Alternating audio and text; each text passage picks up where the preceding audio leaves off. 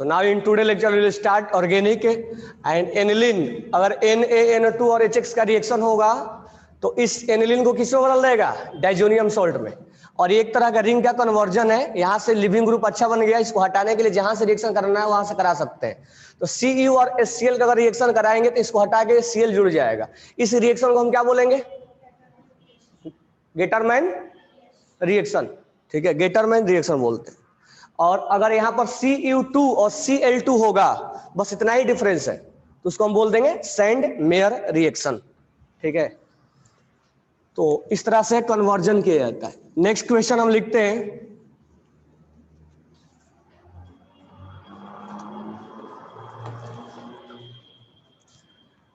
अगर मान लो यहां एनिलीन है, यहां एनिलीन है और यहां लिख दिया NaNO2 प्लस HCl और यहां थोड़ा सा हीटिंग कर दिया, X बन गया और इसको रिएक्शन करवा दिया HbF4 से। ठीक है, तो हमारा Y बना। तो बताओ Y क्या बनेगा? इसको बोलते हैं बाल्ज सीमेंस रिएक्शन। बाल्ज सीमेन रिएक्शन।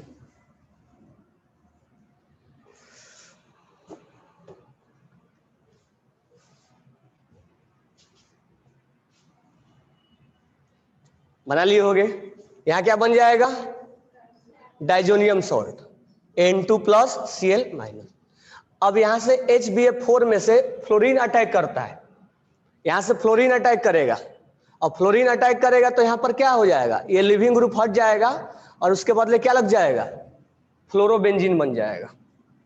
उसके बदले फ्लोरोबेंजीन बन जाएगा और यहां पर N2 गैस वगैरह होगा प्लस BF3 होगा, सॉरी BH3 होगा। तो इसको बोलते हैं बाल्ज सीमेन रिएक्शन। तो ये भी हेलोएरिन्स बनाने का तरीका हुआ। तो क्लोरोबेंजीन भी बना सकते हैं, फ्लोरोबेंजीन भी बना सकते हैं और 2,4,6 ट्राइब्रोमो भी बना सकते हैं। कल बताया था Br2 और वाटर लेके और Br2 और CH2 लेके।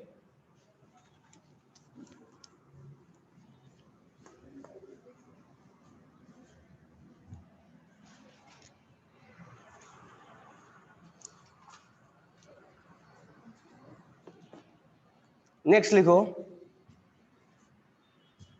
अगर यहां पर रिएक्शन में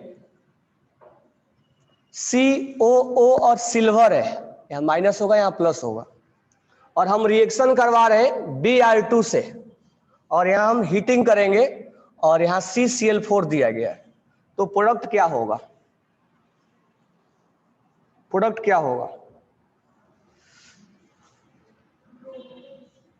क्या बोलते हैं? हाँ, ब्रोमो बेंजीन। इसको बोलते हैं बोरोडाइन हंस डिकेर डिकर रिएक्शन। तो यहां पर ये क्या हो जाएगा? यहां से ब्रोमीन, ये पूरा ग्रुप हट जाएगा और वहां पर क्या बन जाएगा? ब्रोमो बेंजीन बन जाएगा। ऑर्थोमेटा भी नहीं सोचना है, यहां पर ब्रोमीन लगा देंगे तो ये ब्रोमीन बन जाएगा और बाई प्रोडक्ट में क्या बनेगा? AgBr, हाँ AgBr और CO2 बनेगा। CO2 गैस बन के बाहर। तो ब्रोमोबेंजीन बनाने का ये भी तरीका है।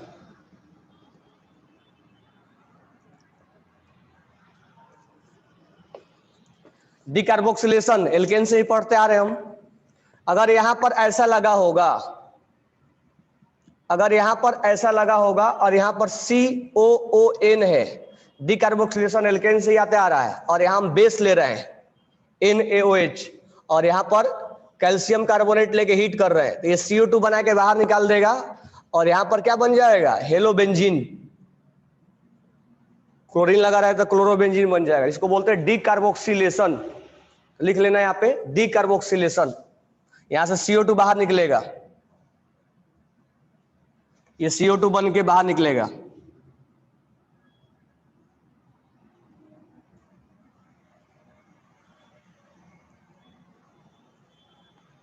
डिकार्बोक्सिलेशन।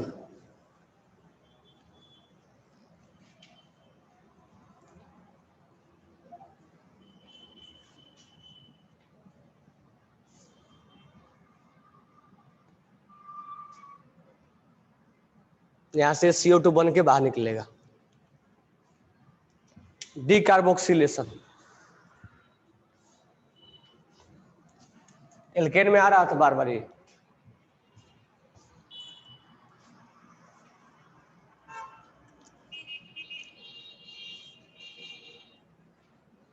नेक्स्ट लिखना, फ्रॉम फिनोल, हम फिनोल से हेलोएरिन बना रहे हैं। From phenol,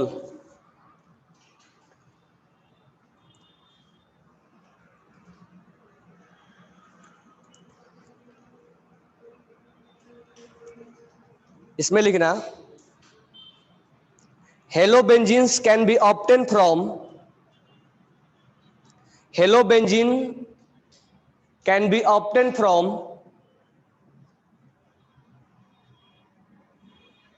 हेलोबेंजीन can be obtain from halobenzene can be obtain from phenol, phenol with reaction of with reaction of PCl5 PCl5 PCl3 और SOCl2, यानी ये क्लोरीन प्रोवाइड करेंगे। तो फिनॉल से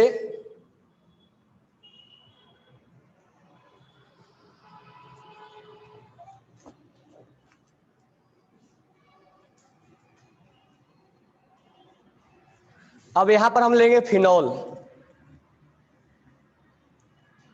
और फिनॉल पे अगर हम लेते हैं PCl5 और यहां पर हाई टेम्परेचर अगर दिया जाए, हाई टेम्परेचर, तो ये फिनॉल को हटा देगा, OH को हटा देगा, उसके जगह पे क्लोरीन लग जाएगा और यहां बन जाएगा POCl3 और यहां बन जाएगा HCl। यानी एक तरह का क्या है, सब्स्टिट्यूशन हो गया, क्लोरीन OH को हटाया और क्लोरीन लग गया। कौन सा सब्स्टिट्यूशन होगा, ज्यादा PCl5 और PCl3 और SOCl2 में SNI पढ़ते हैं हम।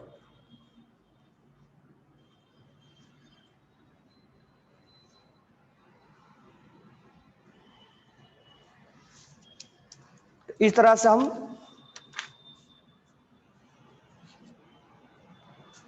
क्या करेंगे, उसका प्रिपरेशन करते हैं। अब हेडिंग डालो, chemical properties, write down heading, chemical properties. तो ये हेलो बेंजीन बनाने के तरीका हुआ। अब हम देख रहे हैं केमिकल प्रॉपर्टीज। तो पहला इसमें लिखना, nucleophilic substitution reaction, nucleophilic substitution reaction, nucleophilic substitution reaction, nucleophilic substitution reaction. हम डायरेक्ट क्वेश्चन से स्टार्ट करेंगे क्योंकि मैकेनिज्म सब कुछ हो चुका है। क्वेश्चन नंबर 1, अगर यहां पर हेलोजन ग्रुप लगा होगा, अगर यहां पर हेलोजन ग्रुप लगा होगा और यहां दिया हुआ एक्वस NaOH और यहां दिया है 300 डिग्री सेल्सियस। अब यहां से हम रिएक्शन वो नहीं पढ़ रहे हैं, अब हम केमिकल रिएक्शन देख रहे हैं। यानी अब हेलोबेंजीन नहीं बना रहे, अब हेलोबेंजीन का हम रिएक्शन देख रहे हैं। तो अगर मान लो यहां क्लोरोबेंजीन दिया गया है, अब इस क्लोरोबेंजीन में एक्वस NaOH के साथ रिएक्शन करवाओगे तो कौन अटैक करेगा इस पे, OH। अब एक चीज ध्यान देना है, OH का अटैक करना रिंग पे बहुत डिफिकल्ट होता है, क्योंकि एक रिंग क्या है, खुद ही इलेक्ट्रॉन रिच है। तो ये इलेक्ट्रॉन रिच और ये इलेक्ट्रॉन रिच बहुत ज्यादा डिफिकल्ट होता है। इलेक्ट्रोफाइल जल्दी से अटैक कर लेता है। हम इलेक्ट्रोफाइल में पढ़े भी हैं, नाइट्रेशन, सल्फोनेशन, फ्रीडल का एल्काइलेशन, फ्रीडल का एसाइलेशन, सब एरोमेटिक में आया था। एक बेंजीन रिंग पर हम इलेक्ट्रोफाइल का अटैक बहुत आसानी से कराते हैं। यहां पर कोई इलेक्ट्रोफाइल बनाते हैं, इलेक्ट्रोफाइल बनाने का तरीका क्या है, इलेक्ट्रोफाइल कैसे कैसे बनाते हैं, HNO3 में H2SO4 मिला देते हैं, H2SO4, नाइट्रेशन, सल्फोनेशन, फ्रीडल का alkylation, acylation, Gattermann coach reaction, सबसे हम बनाते थे। तो उस पर इलेक्ट्रोफाइल का अटैक करना आसान होता है क्योंकि ये इलेक्ट्रॉन रिच होता है, लेकिन यहां पर ये इलेक्ट्रॉन रिच है, इलेक्ट्रॉन रिच है, ठीक है।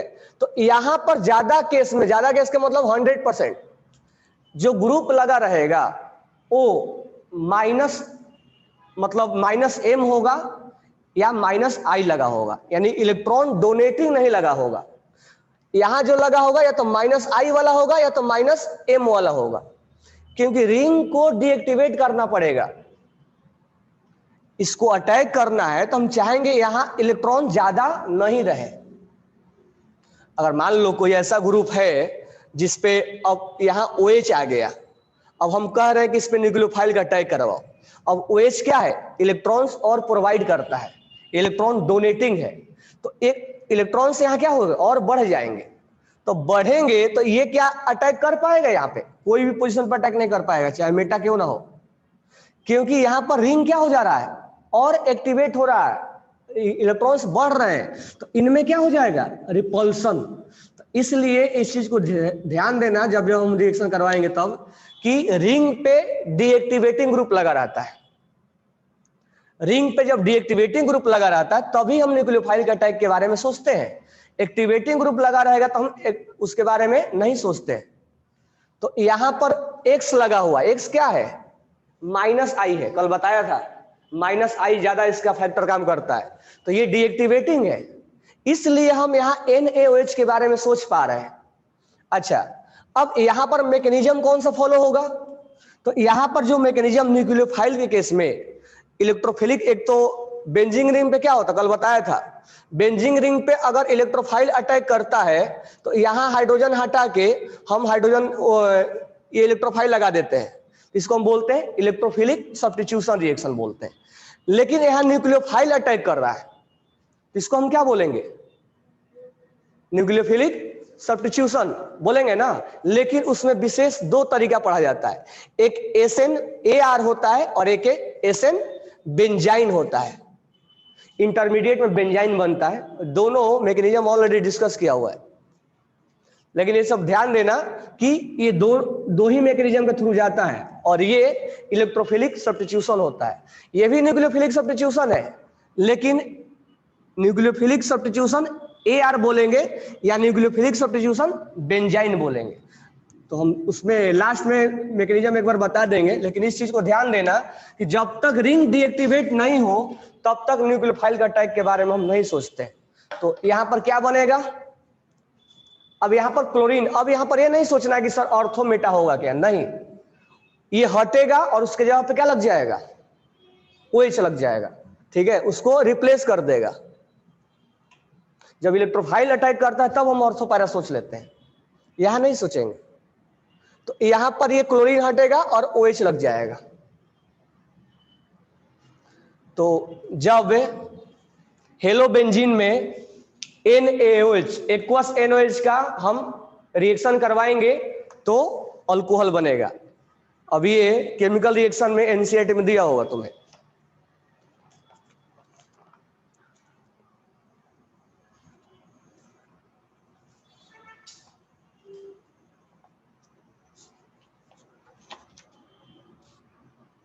देखो पेज नंबर 312 पे ये रिएक्शन दिया हुआ है, यहां पे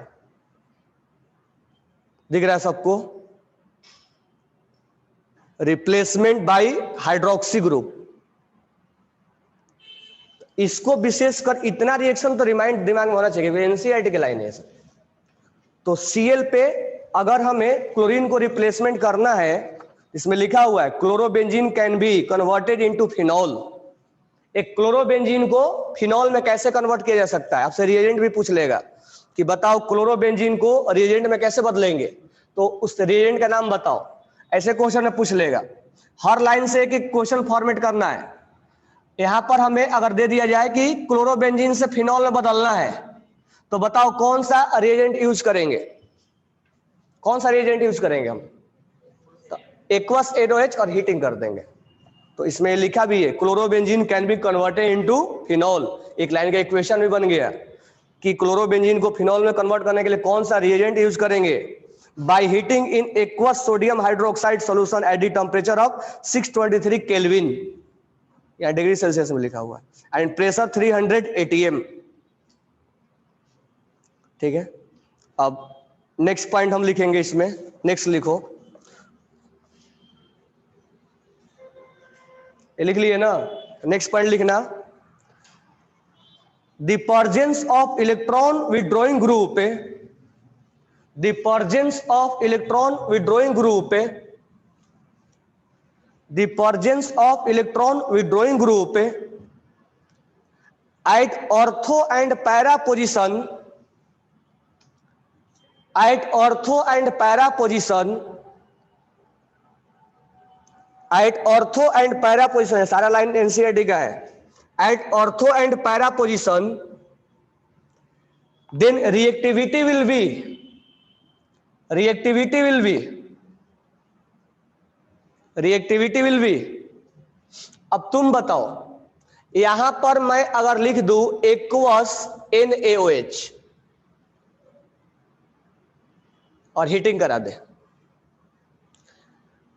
अब आप क्वेश्चन पूछेगा कि ये ज्यादा रिएक्टिव है कि ये ज्यादा रिएक्टिव है। अब किसको अटैक करना है?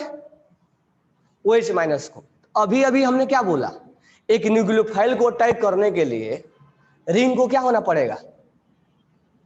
डीएक्टिवेट होना पड़ेगा। लिख लो इसको नोट डाल के, for the attacking of nucleophile, for the attacking of nucleophile, for the attacking of nucleophile, for the attacking of nucleophile, ring should B deactivate, ring should B deactivate. और activate के case में कभी भी हम nucleophile का attack के बारे में नहीं सोचते हैं, रिंग शुड बी डीएक्टिवेट। और एक और लाइन लिख लो, in the case of attacking of electrophile, in the case of attack of electrophile, in the case of attack of electrophile, ring should be activated, ring should be activated. मान लो तुमसे एक normal question पूछा कि बताओ यहां पर एक बेंजीन है और यहां पर फिनॉल है और यहां पर नाइट्रोबेंजीन है।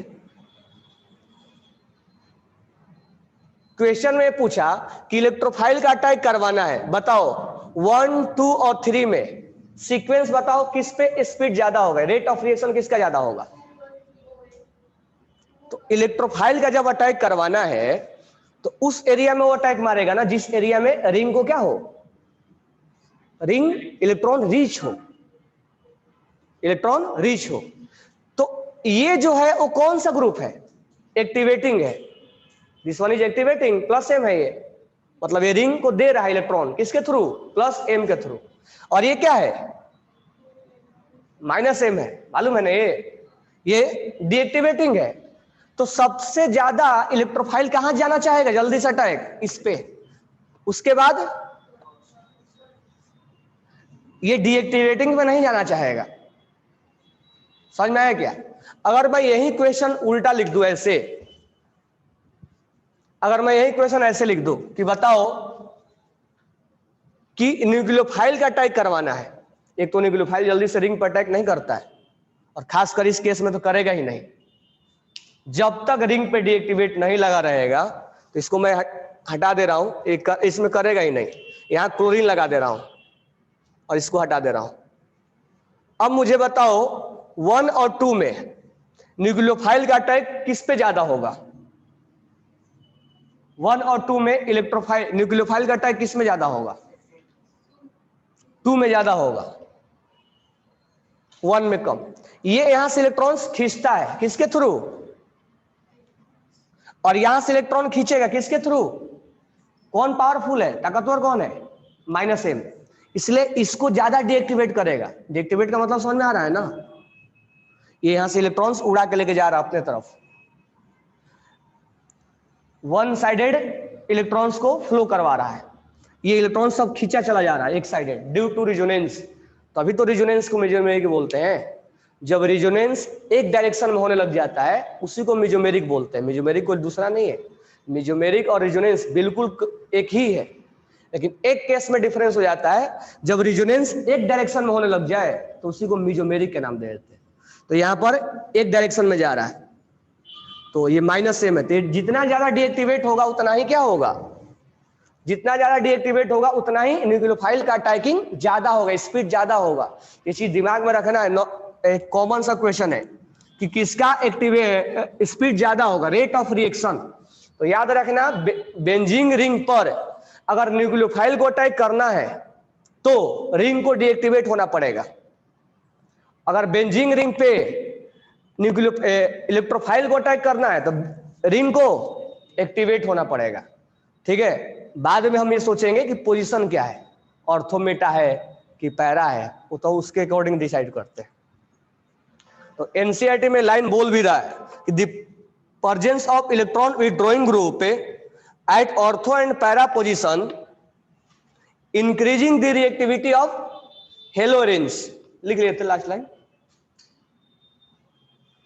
Ortho and para position increasing the reactivity of, इसमें इसी में लिखना है, शुड बी इलेक्ट्रॉन प्रेजेंस और, अच्छा ये वाला लाइन क्या है, should be increase, will be के बाद लिखना विल बी इंक्रीज रिएक्टिविटी। ये जो लास्ट में 2 लाइन बोला था उसके पहले वाला लाइन में लिखना the presence of an electron withdrawing group NO2 at ortho and para position increase the reactivity of haloarenes. क्या ये बोल रहा है कि अगर यहां पर क्लोरीन है और इसके ऑर्थो और पैरा पे क्या लगा हुआ है, NO2, ऑर्थो और पैरा क्यों चुना है, OH को अटैक करना है। तो OH को अटैक करना है तो ये पोजीशन क्या होना चाहिए, यहां पर क्या होना चाहिए, गरीबी, पार्शियल पॉजिटिव होना चाहिए। याद रखना यहां गरीबी होना चाहिए, गरीब होना चाहिए। अच्छा, ऑर्थो ही पैरा क्यों बोला है, जब ये इलेक्ट्रॉन्स खींचेगा यहां से, जब NO2 खींचेगा। अच्छा मुझे ये बताओ बस इतना कि ये जो तुम्हें रिंग में 6 कार्बन दिख रहा है, इसमें से सबसे इलेक्ट्रॉन डिफिशिएंट कार्बन कौन है, मैं नाम लिख दे रहा हूं 1 2 3 1 2 3 4 5 6। ऐसा कौन सा कार्बन है जो सबसे गरीब है, कौन सा है, 1। तो ये OH कहां जाना चाहेगा, 1 पे ही जाना चाहेगा, कोई दूसरा पोजीशन को सेलेक्ट नहीं करेगा। समझ में आया क्यों, तो न्यूक्लियोफाइल को क्या चाहिए, इलेक्ट्रॉन डिफिशिएंट चाहिए। अब पूछो 1 क्यों है, तो यहां पर ये अगर मैं यहां से हटा दूं NO2 तो ये NO2 रिजोनेंस करवाने के बाद प्लस कहां क्रिएट करेगा, यहां करेगा, तो ये भी गरीब हो गया और ये भी गरीब हो गया। अब आई बारी क्लोरीन का, तो क्लोरीन लगते कैसा ट्रीट होगा, अब -I डिस्टेंस डिपेंडेंट होता है, तो इससे भी खींचेगा और इससे भी खींचेगा। तो बताओ सबसे ज्यादा कहां से खींचा गया इलेक्ट्रॉन्स, इस पोजीशन से। इसीलिए जब OH अपना पोजीशन चुनेगा तो इस पोजीशन को चुन लेगा वो। समझ में आया क्या, इसका लॉजिक ये है कि हम यही क्यों अटैक करवाएंगे, इसका इलेक्ट्रॉन डिफिशिएंट ज्यादा है। तो लिख लेना नंबरिंग डाल के कि OH will be attack eight number 1 because this carbon is so much electron deficient. अब कोई पूछ लेगा कि यहीं पर क्यों अटैक कर रहा है, तो उसका रीजन ये है। क्लियर हो गया ना।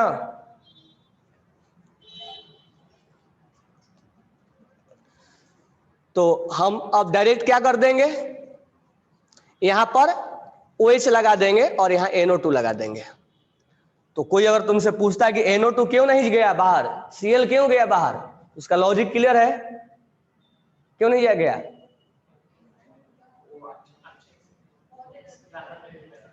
क्या है, अच्छा लिविंग ग्रुप है। ये बताओ मेरे को OH कौन सा पोजीशन का चुनेगा, 1 को या 4 को, तो 1 को चुनेगा तो क्लोरीन बाहर जाएगा, बराबर है क्या।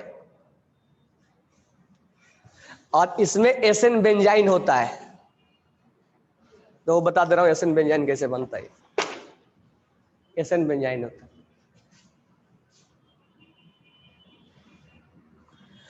तो लिख लिए ना, carbon number 1 is most electron deficient, that's why OH will be attack on carbon number 1। देखो इसका मैकेनिज्म कैसे होगा। जब ये इसको अप्रोच करेगा, इसमें सब्स्टिट्यूशन होता है, न्यूक्लियोफिलिक सब्स्टिट्यूशन, बेंजाइन। जब ये इसको खासकर देखो, इलेक्ट्रोफाइल वाला अटैकिंग बहुत आसान हो जाता है, न्यूक्लियोफाइल वाला डिफिकल्ट हो जाएगा। इसमें तुम लोगों को DSP CSP भी सिखाया था मैंने। और वो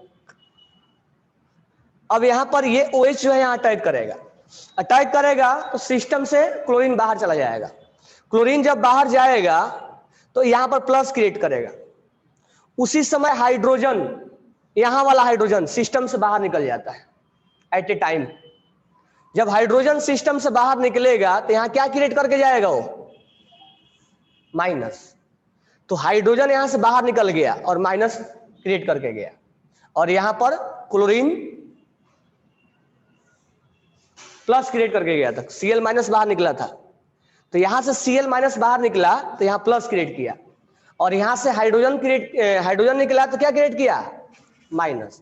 अब ये सब काम एक ही बार में होगा, क्लोरीन का निकलना, ये हाइड्रोजन का निकलना, और यहां पर बन जाता है कौन सा बॉन्ड, ये प्लस और माइनस मिलके कौन सा बॉन्ड बना लेंगे, ट्रिपल बॉन्ड। और इसी को बेंजाइन का नाम देते हैं, इसको हम बेंजाइन बोलते हैं। ट्रिपल बॉन्ड का फॉर्मेशन बेंजाइन होता है। अब जब ट्रिपल बॉन्ड बनेगा तो मुझे ये बताओ, अब अगला भी रुकेगा नहीं, ये इंटरमीडिएट में बेंजाइन का फॉर्मेशन हुआ। अब यहां पर जब बनेगा तो अब यहां पर किसका अटैक करना है, OH को अटैक करना है। तो ये बॉन्ड टूटेगा तो OH कहां अटैक करना चाहेगा, उस पोजीशन पर अटैक करना चाहेगा जिस पोजीशन पर इलेक्ट्रॉन क्या हो, सबसे ज्यादा डिफिशियंट हो, इलेक्ट्रॉन डिफिशियंट, गरीब हो ज्यादा। तो अब मुझे बताओ, जब मैं बॉन्ड तोड़ूंगा तो यहां प्लस और यहां माइनस लगाऊंगा, ऐसे नहीं कर सकते क्या, यहां माइनस यहां प्लस नहीं लगा सकते, लगा सकते कि नहीं लगा सकते, नहीं लगा सकते। पूछो क्यों, इसको बनाना है इलेक्ट्रॉन डिफिशियंट, तो ये इसके मेटा पोजीशन पे है, वहां इलेक्ट्रॉन डिफिशियंट नहीं बना पाएगा वो, तो क्योंकि OH का अटैक करना है, इसीलिए प्लस यहां लगाएंगे। इसीलिए जहां पर ये लगेगा वहीं पर OH का अटैक हो जाएगा, फिर हाइड्रोजन आके जुड़ जाएगा, ये फिर से वहीं रुक ले लेगा। तो हमें डायरेक्ट ये सोचना है। तो याद रखना कि, बस डायरेक्ट याद रखना कि जब जब न्यूक्लियोफाइल अटैक करेगा रिंग पे, तब तब तुम्हें गरीबी देखना है, गरीबी कहाँ है, किस कार्बन पे सबसे ज्यादा इलेक्ट्रॉन रिच है, और ऐसे केस में यहीं पर ज्यादा होता है। ठीक है, तो ये रिएक्शन NCERT में दिया हुआ है, तो इसको तो मतलब इसका मैकेनिज्म, इसके रिएक्शन हमें हर चीज जानना पड़ेगा। नेक्स्ट क्वेश्चन लिखना इसी में, पेज नंबर 312 में। यहां पर ये क्लोरीन है और यहां पर NO2 है और यहां पर NO2 है, ठीक है, और यहां पर लिखा हुआ है NaOH और 368 केल्विन, और यहां पर है H+ बोले तो ये इसको एसिडिक मीडियम में लिया हुआ है। अब मुझे ये बताओ, इस रिएक्शन में और इस रिएक्शन में किसका रिएक्टिविटी सबसे ज्यादा होगा, 1, 2 और 3 में सबसे ज्यादा रिएक्टिविटी किसका होगा, 3 का होगा, क्योंकि इसमें दो क्या लगे हुए हैं, इलेक्ट्रॉन डिफिशियंट लगा हुआ है। इसमें एक इलेक्ट्रॉन डिफिशियंट लगा हुआ, इसमें एक भी नहीं लगा हुआ, सॉरी इलेक्ट्रॉन डिफिशियंट बोल रहा हूं, -M 2 ग्रुप लगा हुआ है, यहाँ -M 2 लगा हुआ है। समझ में आ गया ना। तो इसलिए सबसे ज्यादा अटैकिंग, और इसी वजह से टेम्परेचर कम होता जा रहा है। यहां जो इसने टेम्परेचर मेंशन किया है 623 केल्विन मेंशन किया है, और यहां जो किया है 443 केल्विन मेंशन किया है, और यहां जो मेंशन किया है वो 368 केल्विन मेंशन किया है। अगर कोई ये भी पूछ दे कि टेम्परेचर क्यों कम होता जा रहा है तो हम बोल देंगे कि रिएक्टिविटी बढ़ती जा रही है, इसलिए ज्यादा हमें टेम्परेचर की रिक्वायरमेंट नहीं पड़ रहा है।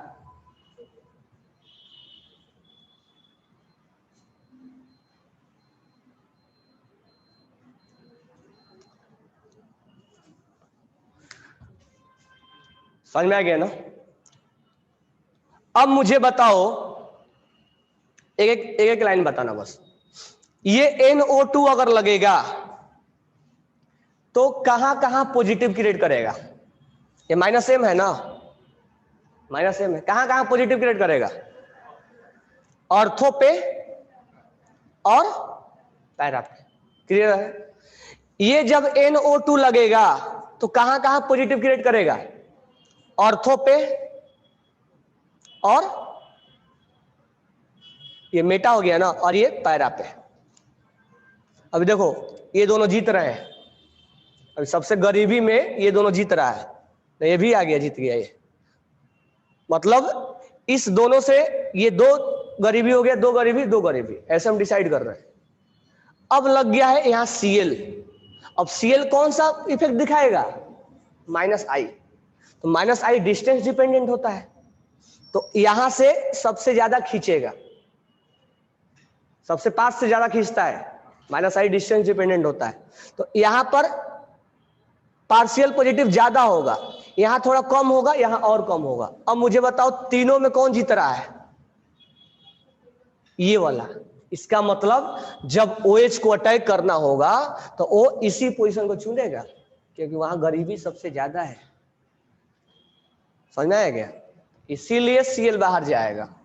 तो हम यहां से OH का अटैक करवाएंगे, इसका कोई लॉजिक पूछे कि वहीं क्यों बाहर गया, क्यों NO2 क्यों नहीं बाहर गया, तो हम उसका आंसर देंगे कि सबसे गरीब कार्बन जो है वो ये वाला है, इसीलिए न्यूक्लियोफाइल उस पोजीशन को चुनेगा जहां इलेक्ट्रॉन डिफिशिएंट है।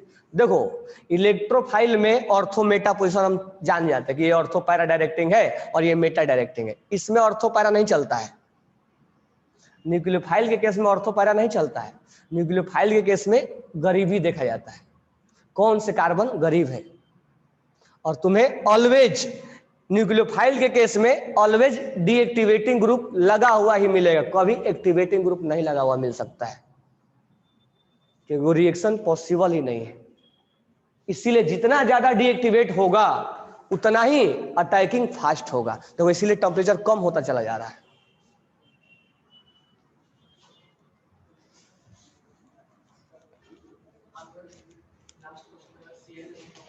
Cl नहीं होना ही पड़ेगा, उसको नहीं होगा तो फिर रिएक्शन प्रोसीड ही नहीं होगा। ये निकल है तो NO2 दो है, तो ये नहीं बाहर जाएगा, यहां से फिर हाइड्रोजन को बाहर निकालना पड़ेगा, तो वो रिएक्शन में मैकेनिज्म फॉलो नहीं होगा। यहाँ ऐसा ग्रुप लगाना पड़ेगा जो लिविंग ग्रुप होगा एक। यहाँ लिविंग ग्रुप के बारे में थोड़ा सोचना है, बिना लिविंग ग्रुप का काम नहीं चलेगा, नहीं होगा, रिएक्शन प्रोसीड ही नहीं होगा। और इलेक्ट्रोफाइल भी तुम अगर +m भी लगा दो तो न्यूक्लियोफाइल के केस में नहीं होता। न्यूक्लियोफाइल के केस में थोड़ा विशेष ध्यान में रखना, इसमें ऑर्थो पैरा डायरेक्टिंग का नाम नहीं लिया जाता है, कभी नहीं लिया जाएगा कि ऑर्थो पैरा डायरेक्टिंग है। इसमें DSP और CSP नाम लिया जाता है, जो कि ऑलरेडी मैकेनिज्म में बता चुका हूं, यहां मैं डायरेक्ट बता रहा हूं। तो इलेक्ट्रोफाइल के केस में ऑर्थो पैरा डायरेक्टिंग नाम लिया जाता है, यहां नहीं लिया जाता है। अब नेक्स्ट देखो, नेक्स्ट एनसीईआरटी में लिखा हुआ, ये लाइन लिखा हुआ है, नेक्स्ट रिएक्शन लिख लो, एनसीईआरटी में ये लिखा हुआ। अब यहां पर NO2 है और यहां पर NO2 है और यहां पर NO2 है, यहां पर केवल वार में लिखा है और यहां पर लिखा है H2O। अब इसी से रिएक्शन केवल हीट कर रहा, बस थोड़ा सा उसको हीट, वाटर को वार्म कर दिया, इसके अंदर डाल दिया। यहां टेम्परेचर बहुत ज्यादा नहीं लिया है, इसका रीजन क्या होगा, टेम्परेचर क्यों नहीं ज्यादा लिया होगा? ये बहुत ज्यादा क्या हो गया, -m, तीन -m लगा हुआ है। अब देखो एक एक -m का हम बारे में बात कर लेते हैं। ये NO2 प्लस कहां क्रिएट करेगा? ऑर्थो पे और पैरा पे। अब इस NO2 के बारे में बात करते हैं। ये NO2 कहां क्रिएट करेगा? ऑर्थो पे और पैरा पे। अभी तो सब जीत रहे हैं, ये तीनों जीत रहा है, यानी OH अटैक करेगा तो इस पोजीशन पे करेगा। अब ये NO2 लगा हुआ है, इस NO2 का ऑर्थो क्या है? ये ऑर्थो है और ये ऑर्थो है और ये मेटा है और ये पैरा है। और फिर से वही तीनों जीत गया है, जीता है ना तीनों। सबसे गरीब वही तीनों है, ये और ये। अब अगला एक क्लोरीन लग गया है, तो क्लोरीन लग गया तो ये -I दिखाएगा, -I दिखाएगा ये। तो -I डिस्टेंस डिपेंडेंट होता है, तो इस पे सबसे ज्यादा इलेक्ट्रॉन्स खींचा चला जाएगा और ये हार जाएंगे। इसीलिए यहां पर इलेक्ट्रॉन डिफिशिएंट सबसे ज्यादा होगा। इसीलिए जब OH आएगा वाटर वाला तो इसको हटा देगा और इसके पे क्या लगा देगा? OH लगा देगा। समझ में आएगा?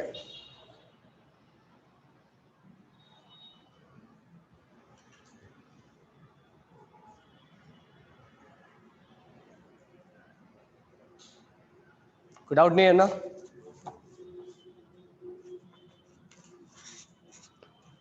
तो ये हमारा है न्यूक्लियोफिलिक सब्स्टिट्यूशन। मैकेनिज्म के बारे में ऑलरेडी बात कर चुके हैं, ठीक है, लेकिन इसमें ध्यान रखना है CSP DSP बहुत ज्यादा पूछा जाता है, तो नहीं तो लास्ट में हम मैकेनिज्म फिर से एक बार बता देंगे। अभी चैप्टर खत्म होने दो। नेक्स्ट हेडिंग डालना electrophilic substitution reaction.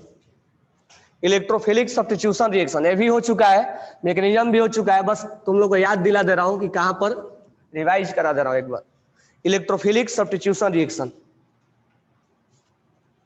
Electrophilic substitution reaction, heading डाल लेना इलेक्ट्रोफिलिक सब्स्टिट्यूशन रिएक्शन।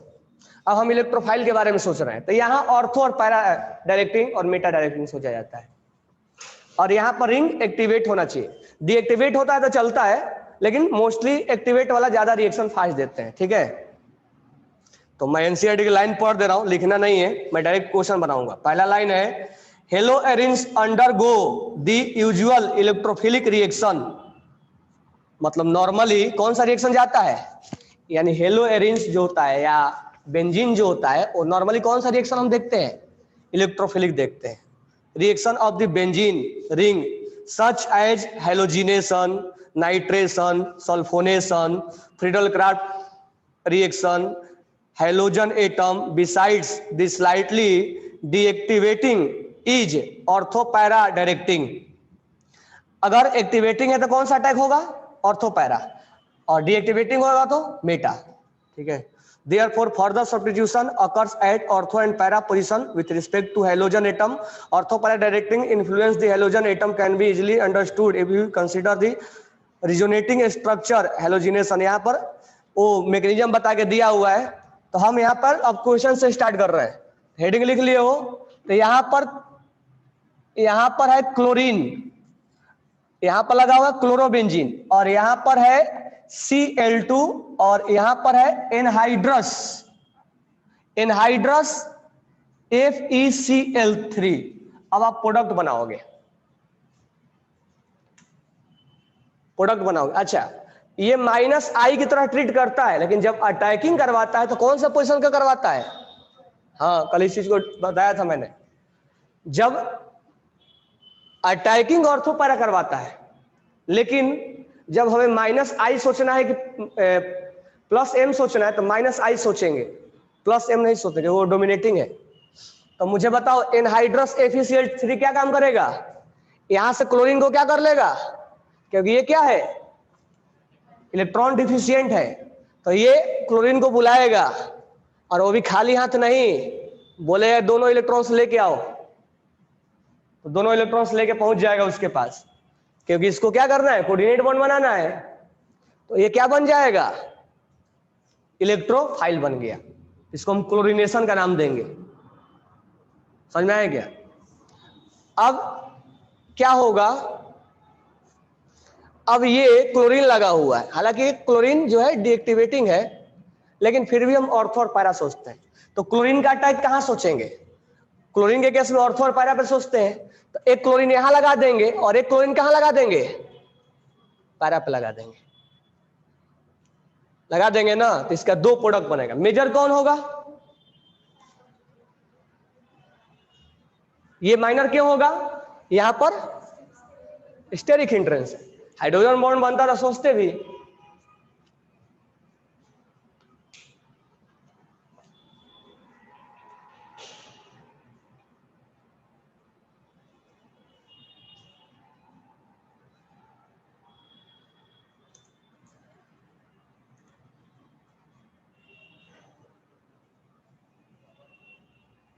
समझ में आ गया ना,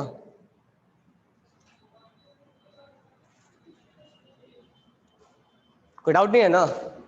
तो ये रिएक्शन लिखा हुआ देखो, 1,4 डाइक्लोरोबेंजीन मेजर है और 1,2 डाइक्लोरोबेंजीन माइनर है। नाम लिख लेना, 1,4 है और ये 1,3 है, 1,2 है शायद।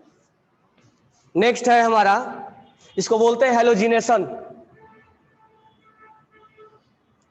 हेलोजिनेशन रिएक्शन का टाइप क्या है,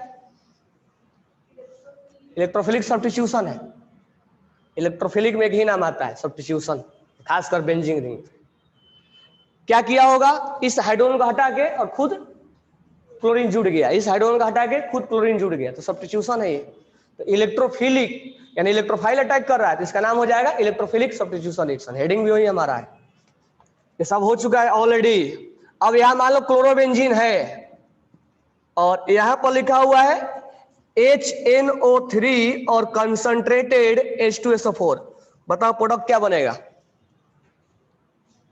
ये सब जल्दी से एकदम बिल्कुल एक टिप पे याद होना चाहिए। क्या बनेगा, यहां से बताओ कौन सा इलेक्ट्रोफाइल बनेगा, NO2+। तो अब ये क्लोरीन के बारे में कौन सा अटैक सोचेंगे, ऑर्थो पे सोचेंगे, हमेशा याद रखना ortho para, ortho para, chlorine ही जो ऑर्थो पैरा, सोचना भी नहीं कहां करना है। न्यूक्लियोफाइल के केस में सोचना है गरीबी, और इसके केस में ये सोचना है कि ऑर्थो और पैरा है कि मेटा है।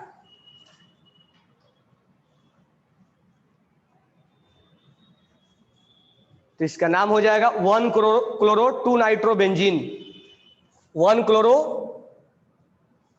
2 नाइट्रोबेंजीन। ये माइनर होगा और ये मेजर होगा। इसका नाम क्या हो जाएगा, इसका नाम क्या होगा, नाम कहां से स्टार्ट करेंगे इसका, दोनों में से, क्लोरीन में से और नाइट्रो NO2 में से किसका, NO2, दोनों में से प्रायोरिटी किसको देंगे ज्यादा, नोमेनक्लेचर, नाम क्लोरीन से स्टार्ट करेंगे, NO2 ज्यादा मोर प्रेफरेंस देंगे एट कंपेयर टू NO2। नाम यहां से, नंबरिंग यहां से स्टार्ट करेंगे। यही भूल गए क्या, अभी कम्युलेटिव टेस्ट भी है तुम लोगों का। तो यहां से क्या होगा, 1-क्लोरो 4 नाइट्रो बेंजीन। अच्छा यहीं से समझ में आ जाना चाहिए था कि नंबरिंग यहां से हुआ है, 1-क्लोरो 2 नाइट्रो, यहां 1 नाइट्रो नहीं लिख रहे हैं नाम। तो याद रखना NO2 और क्लोरीन में ज्यादा प्रेफरेंस किसको देंगे हम, ये लिखा है ना प्रायोरिटी ऑर्डर, नोमेनक्लेचर में प्रायोरिटी ऑर्डर भूल गए क्या, एक बार फिर से रिवाइज करना पड़ेगा सारा चीज। नेक्स्ट है, इसको हम क्या बोलते हैं, नाइट्रेशन। क्लियर हो गया होगा, मेजर प्रोडक्ट कौन है, कहां अटैक होगा, रिएक्शन का मैकेनिज्म क्या है। थर्ड वन, अगर मान लो यहां पर हमने रिएक्शन लिखा क्लोरोबेंजीन और यहां हमने लिख दिया कंसंट्रेटेड H2SO4 और हीट कर दिया, अच्छा यहां से NO2+ कैसे बना, समझ में मालूम है कैसे आया ना, यहां से NO2+ कैसे बनता है, कैसे बनता होगा, ये मेरे को बताओ कि H2SO4 में और HNO3 में मोर एसिडिक कौन है, H2SO4 है ना, है H2SO4 है ना, सही बोल रहे हो, H2SO4 है।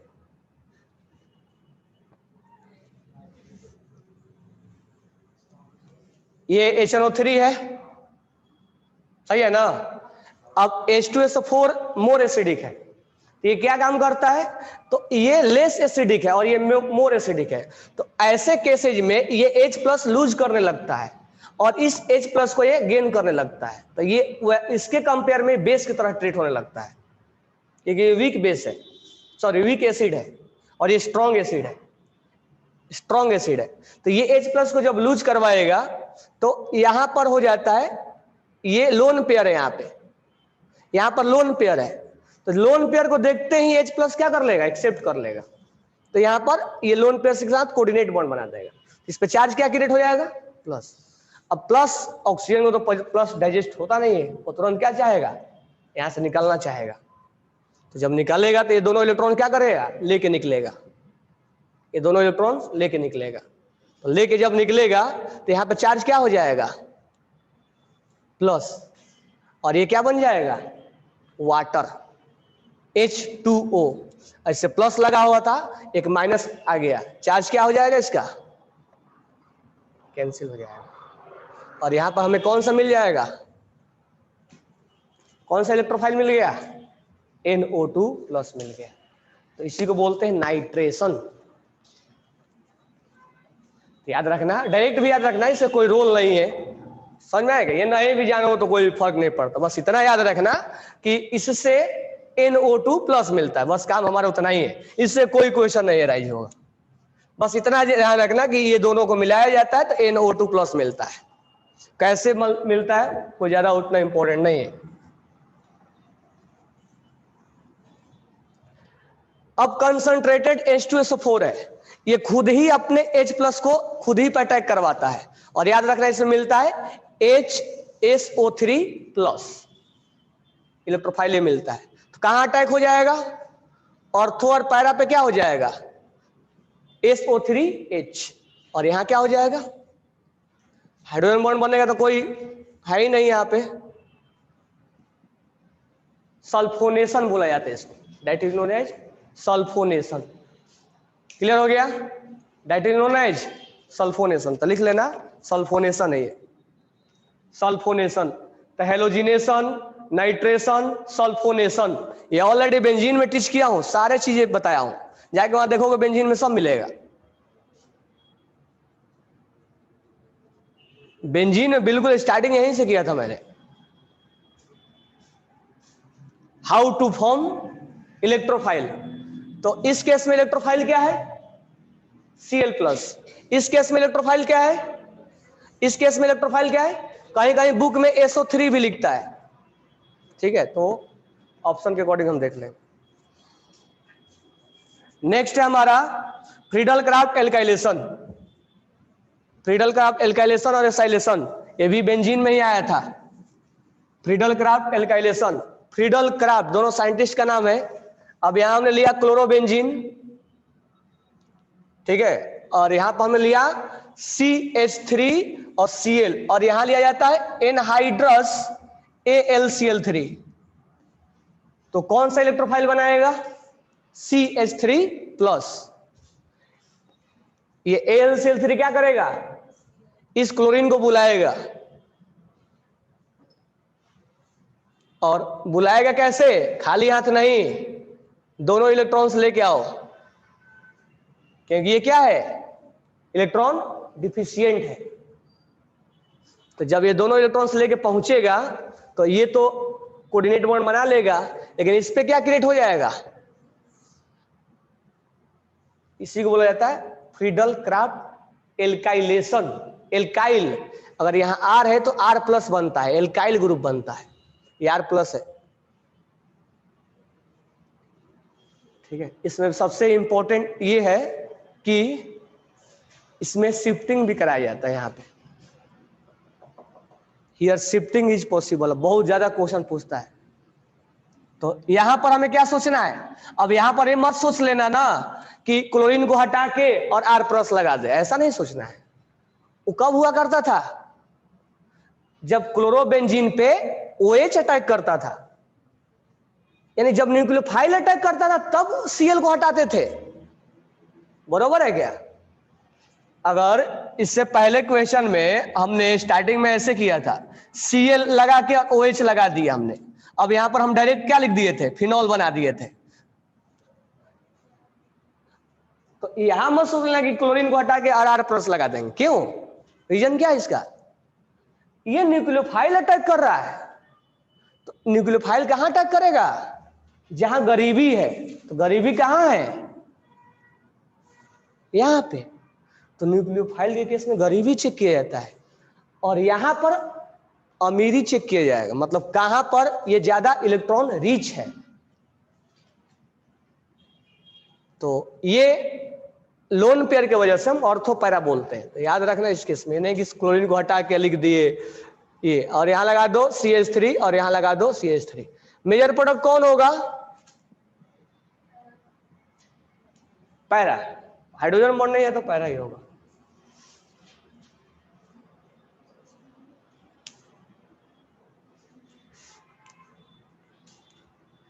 तो यहां नोट डाल के लिख लेना कि in Friedel Crafts alkylation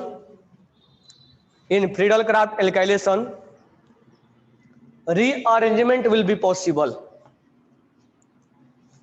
rearrangement will be possible.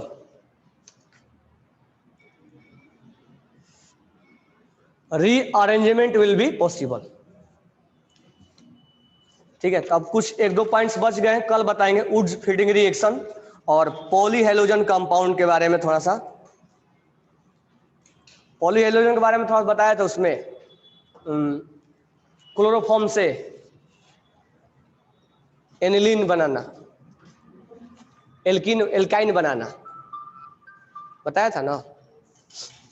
तो थोड़ा सा बच गया, बस एक दो पेज बचा हुआ, तो कल उसको एंड करेंगे। ठीक है, तो एटलीस्ट NCERT को प्रेफरेंस बुक बनाओ, ठीक है, ताकि